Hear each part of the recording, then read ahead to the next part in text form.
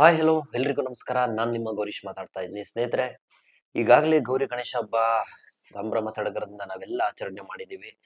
ಇನ್ನ ಒಂದು ದಿನ ಅಥವಾ 2 ದಿನದಲ್ಲಿ ಸಾಕಷ್ಟು ಕಡೆ ಅಂದ್ರೆ ದೇಶದ ಹಲವು ಕಡೆ ಗಣೇಶ ವಿಸರ್ಜನೆ ಒಂದು ಕಾರ್ಯಕ್ರಮಗಳನ್ನ ಹಮ್ಮಿಕೊಳ್ತೀವಿ. ಸೊ ಈ ಒಂದು ಕಾರ್ಯಕ್ರಮನ ಹಮ್ಮಿಕೊಳ್ಬೇಕಾದ್ರೆ ಪ್ರತಿ ವರ್ಷನೂ ಏನಾದ್ರೂ ಒಂದೊಂದು ಇನ್ಸಿಡೆಂಟ್‌ಗಳು ಆಗ್ತಾನೆ ಇದಾವೆ. ಸೊ ಗಣೇಶ ವಿಸರ್ಜನೆಯನ್ನ ಮಾಡೋದಕ್ಕೆ ಹೋಗ್ಬೇಕಾದ್ರೆ ವಿದ್ಯುತ್ ತಗುಲಿ ಅಪಘಾತ ಆಗಿರ್ತಕ್ಕಂಥದ್ದು, ನೀರಲ್ಲಿ ಮುಳುಗಿ ಅಪಘಾತ ಆಗಿರ್ತಕ್ಕಂಥದ್ದು. ಸೊ ಈ ತರದ ಇನ್ಸಿಡೆಂಟ್‌ಗಳು ಪದೇ ಪದೇ ಆಗ್ತಾ ಇದಾವೆ. ಸೊ ನಾವು ಮುನ್ನೆಚ್ಚರಿಕೆ ವಹಿಸಿಲ್ಲ ಅಂದ್ರೆ ನಮ್ಮ ಮಕ್ಕಳು ಬಲಿ ಆಗ್ತಕ್ಕಂಥದ್ದು.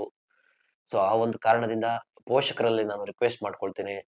ಗಣೇಶ ವಿಸರ್ಜನೆ ಒಂದು ಕಾರ್ಯಕ್ರಮದಿದ್ದಾಗ ಯಾರು ಹಿರಿಯರಿದ್ದೀರಾ, ಸೊ ಅಂಥವ್ರು ಮಾತ್ರ ಆ ಒಂದು ಕಾರ್ಯಕ್ರಮದಲ್ಲಿ ಸ್ವಲ್ಪ ಮುನ್ನೆಚ್ಚರಿಕೆಯನ್ನು ವಹಿಸ್ಬೇಕಾಗುತ್ತೆ. ತಮ್ಮ ಮಕ್ಕಳ ಬಗ್ಗೆ ಕಾಳಜಿ ವಹಿಸ್ಬೇಕಾಗುತ್ತೆ. ವಿದ್ಯುತ್ ನೀವು ಲೈನ್ ಎಲ್ಲಿ ಟಚ್ ಆಗುತ್ತೆ ಇಲ್ವೋ ಅನ್ನೋದನ್ನ ಫಸ್ಟ್ ಮುನ್ನೆಚ್ಚರಿಕೆ ವಹಿಸಿ ಆ ತರ ಒಂದು ವಿಸರ್ಜನೆ ಕಾರ್ಯಕ್ರಮವನ್ನು ಮಾಡ್ಬೇಕಾಗುತ್ತೆ. ಮತ್ತೆ ನೀರ್ನಲ್ಲೂ ಅಷ್ಟೇ ಯಾರು ಸ್ವಿಮ್ ಮಾಡೋದಕ್ ಬರುತ್ತೆ, ಈಜಾಡೋದಕ್ಕೆ ಯಾರಿಗ್ ಬರುತ್ತೆ ಅವ್ರು ಮಾತ್ರ ನೀರಿಗೆ ಇಳೀರಿ. ಸೊ ಪ್ರತಿ ಸಲ ಈ ತರ ವಿಡಿಯೋಸ್ ಮಾಡ್ತಾನೆ ಇದೀವಿ ಸಾಕಷ್ಟು ಜನ.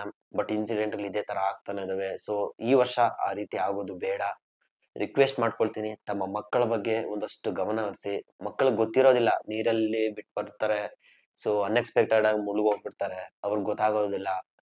ಸೊ ಏನು ಗೊತ್ತಿಲ್ಲದೆ ಇರೋ ಮಕ್ಕಳನ್ನ ಯಾವುದೇ ಕಾರಣಕ್ಕೂ ಗಣೇಶನನ್ನ ವಿಸರ್ಜನೆ ಮಾಡ್ಲಿಕ್ಕೆ ನೀರಿಗೆ, ನದಿ, ಕೆರೆ, ಕುಂಟೆಗಳಿಗೆ ಬಿಡೋದಕ್ಕೆ ಹೋಗ್ಬೇಡಿ. ಸೊ ಪ್ರತಿ ವರ್ಷ ಈ ತರದ ಇನ್ಸಿಡೆಂಟ್‌ಗಳು ಆಗ್ತಾ ಇದಾವೆ.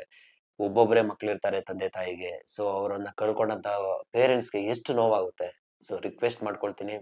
ಆದಷ್ಟು ಹಿರಿಯರು, ಪ್ರಜ್ಞಾವಂತ ಒಂದು ಯುವಕರು ಆದಷ್ಟು ಇಂಥ ಒಂದು ವಿಸರ್ಜನೆ ಕಾರ್ಯಕ್ರಮಗಳನ್ನ ಮುನ್ನೆಚ್ಚರಿಕೆಯಿಂದ ನೀವು ಒಂದು ಜವಾಬ್ದಾರಿಯುತದಿಂದ ನಡ್ಕೊಳ್ಬೇಕಾಗುತ್ತೆ.